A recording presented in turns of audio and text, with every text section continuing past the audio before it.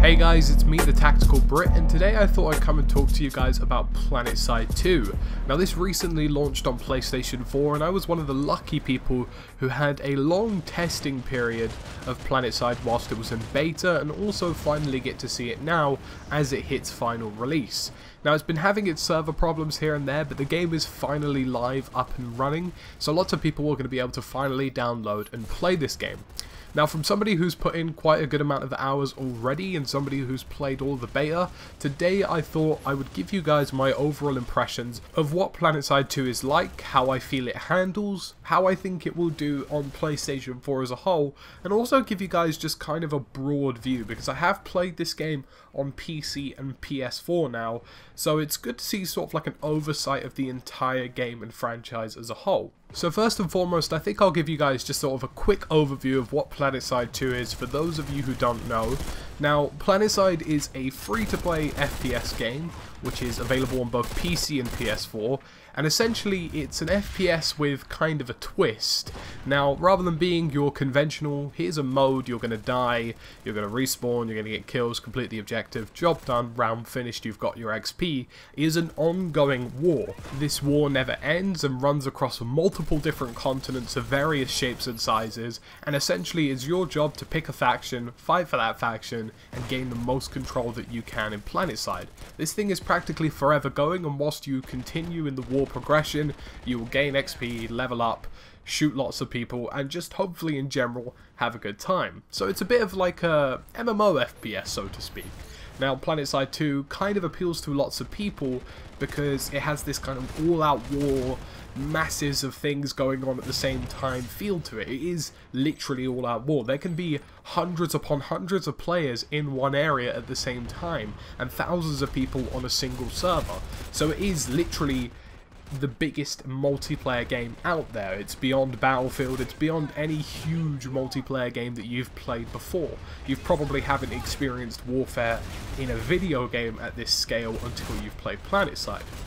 So, to start off with this kind of impressions video, let's talk about the bad stuff, because I feel as though that's a touchy subject and lots of people are still going to want to know, is this worth my time? What's wrong with it? Could there be something directly wrong with the game that I will not like? So firstly, let's talk about the graphics. Now, the graphics aren't specifically pleasing on PlayStation 4. Now Planetside 2 has an unlocked frame rate, but it essentially runs at about 48-45 FPS at any given time, which is pretty decent. But the graphics in the game aren't very visually appealing. Now, in most circumstances they can look okay, sometimes they don't look that good at all, and sometimes they can surprisingly look really nice, especially when it's at night, there's lots of bullet tracers flying around all over the place, and lots of things are going on. And each continent as well has its own sort of graphical look to it. You know, some of them are sort of rainforesty continents in Hosin, and you have your sort of snow and desert environments elsewhere. So the graphics as a whole spans across multiple different environments with lots of things going on at the same time. Now, you can kind of excuse the graphical level of the game. It's not dire, it's not completely bad, but it's not amazing. But you can excuse it on the principle of so much going on at the same time. You have to bear in mind that at any given point there could be hundreds of players engaged in a battle, bullets could be flying everywhere, particle effects going off all over the place, and the idea is optimization here. These guys want to make sure that you maintain above 30 FPS at any given point, and if they bumped up the graphics a little higher, they probably wouldn't have been able to achieve that. So you can kind of excuse it considering its mass scale. Now, my second kind of complaint as a player who's come over from Battlefield and is a heavily Battlefield based player, the weight and feel of the weapons to me aren't quite right. Now, I'm kind of used to weapons having a sort of weighty feel to them, a sway almost. When you move your weapon, you feel as though it's sort of shifting with you. Whereas in Planetside, it's really kind of just floaty and moves all around the place, and it's not a bad thing, it's just something that I personally feel isn't a fantastic vibe for a shooter game. I like my weapons to have a certain weight about them, a certain force about them as well when I use them. My third one is vehicle movement, because it isn't particularly smooth. I'd say aiming in tanks and some turrets is practically nigh on impossible because the sensitivity goes all over the place, and it can range really. Aerial vehicles feel pretty decent, although I hate for a common fact that the flight controls aren't inverted, but they move around okay and I haven't really got many complaints in the aerial department. But when you get to the ground, the tanks sort of slide all over the place and don't really know what they're doing. The main transport vehicle, the Sundra, moves around really slowly and doesn't have a lot of maneuverability to it as well. And one thing I really don't like about the movement system is that it is analog based. You have to move backwards and forwards with your analog, and I'm kind of used to pressing L2 and R2 to decelerate and accelerate. So that's something that might not be up your street. And overall, the vehicle movement isn't fantastic. It's livable, and I'll probably get better with it with time as a learning curve, but it's certainly something out of the box I wouldn't say is perfect. Now, my final real bad thing with this game is that there are still some bugs.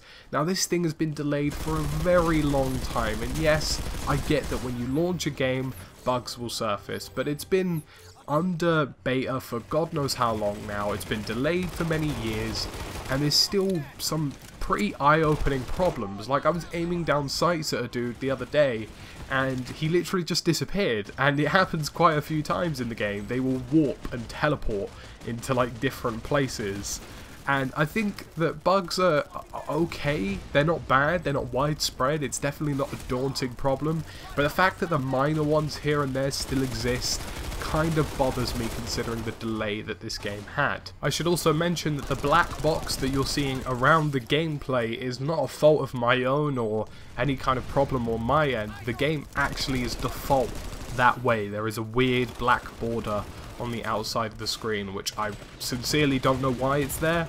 I wish I knew. I really hope they get rid of it, and it is a really frustrating feature to have. Now, there's one big, really important point that lots of people will want to know. Now, is Planetside 2 a pay-to-win, free-to-play game? Now, free-to-play as a model is quite successful in many circumstances, but lots of people argue that the minute cash is introduced as a physical item, people are going to start going crazy with it and it will unbalance the game. Now, essentially, everything that you can buy in Planetside 2 with real physical money in real life won't have that much of an effect on the overall balancing of the game. All of the weapons can be bought either through in-game currency that you earn, or by using credits which you can buy at a quicker rate if you're kind of impatient and you really want your favourite gun straight away.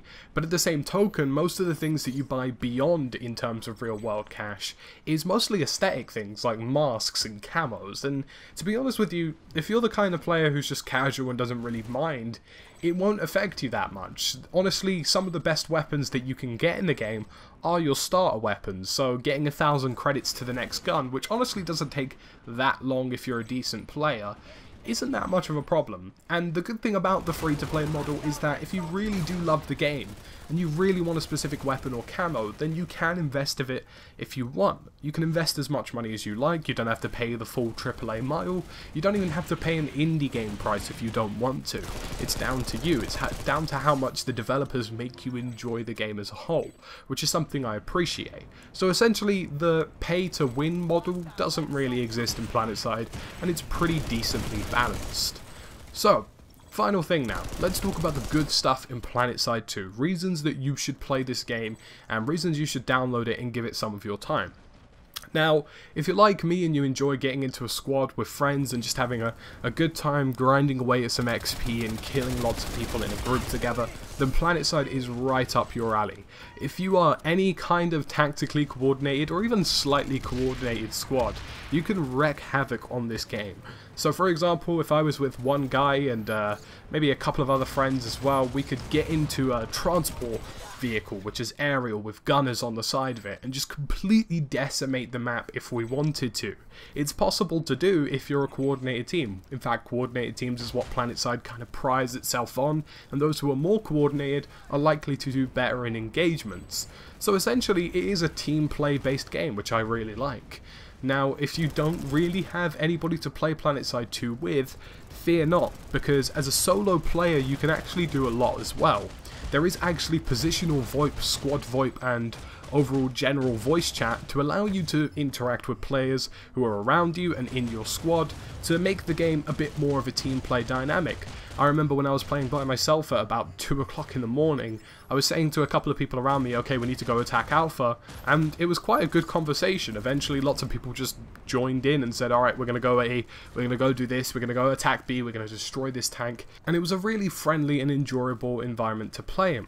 Now the other thing I really adore about Planetside is its all-out warfare. You can have hundreds of people battling for things, and I just love it. Now some people don't like it, they say it's too chaotic, but essentially if you're a decent player you can find a pathway or some sense and order in the chaos of things. Now some of the gameplay you're probably seeing here is me getting into very tricky positions by using the jetpack and absolutely tearing people apart as a solo player. And any solo player can do that, and within all of this chaos of warfare, you have the opportunity as a player, as an individual, to have a good time by taking out lots of people, by being coordinated and thinking and just doing things correctly. Now, Planetside isn't exactly a game for the weak-hearted, it doesn't hold your hand very much, and I kind of appreciate that as well. It is the kind of game that your average casual player could get into, but those people who are really sort of hardcore FPS guys could totally get into the game at a different level as well, which is something I really do like. I really do, of course, love the fact that it's absolutely massive. There are lots of vehicles, you can travel around lots of huge continents of all different shapes and sizes, and it's something that is just a really nice feature to have. It makes the game feel very limitless, which is kind of a good thing as a gamer to appreciate and enjoy. So guys, my overall recommendation for Planetside 2 is that if you're an FPS gamer or somebody who is looking for a game to play, maybe you want to go really hardcore and delve into it, or just have a sort of casual shooter to delve into, I would totally recommend Planetside 2 to play. Obviously it's just started off, there's going to be lots of improvements and lots of things to come, but overall right now it's a very solid game to play and I would recommend it. And of course, remember, it's free to play, so it's not like you're losing out on anything if you do decide to download the game. So guys, that's been it for today. It's been me, Lachlan, the Tactical Brit. Press like and subscribe down below, and please let me know if you'd like to see more Planetside 2 on my channel. I'd like to diversify my content and shooter content as much as I can. I'm not just a Battlefield YouTuber. I want to be able to span across lots of first-person games as long as it isn't Call of Duty. So that's about it. It's been me, Lachlan, Tactical Brit. As always guys, thank you for watching.